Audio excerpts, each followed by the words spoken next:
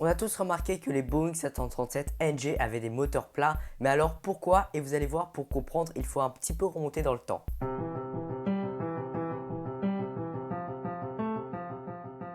Et quand je vous parle de remonter le temps, ça veut dire les années 60, l'invention du 737. Il faut bien savoir qu'à cette époque-là, on n'installait pas les bagages dans l'avion comme on le fait aujourd'hui avec des conteneurs. Parce qu'à cette époque-là, le procédé était très simple. On prenait les bagages et on les jetait dans le trou de la soute. L'idée donc des 737 100 et 200 était qu'ils soient plus près du sol. Et ça ne posait pas problème parce qu'on utilisait des turboréacteurs beaucoup plus petits. Mais au bout d'un moment arrivent les réacteurs à double flux, qui sont beaucoup plus silencieux et économes, mais aussi beaucoup plus grands. Et le risque était là tout simple, c'est que ça tape à l'atterrissage. Et en plus de ça, les ingénieurs voulaient augmenter le nombre de passagers, ce qui avait pour conséquence de devoir élargir le fuselage. Et le problème à ça, c'est que le centre de gravité changeait.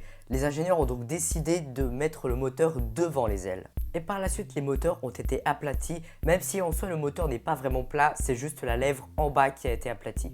Ça avait quelques défauts, notamment que ça créait plus de traînées, mais les nouveaux moteurs avaient tellement d'avantages que ces inconvénients sont devenus dérisoires. Voilà, c'est tout pour aujourd'hui, j'espère que cette vidéo vous a plu. N'hésitez pas à vous abonner, partager, et en attendant, je vous dis à très bientôt.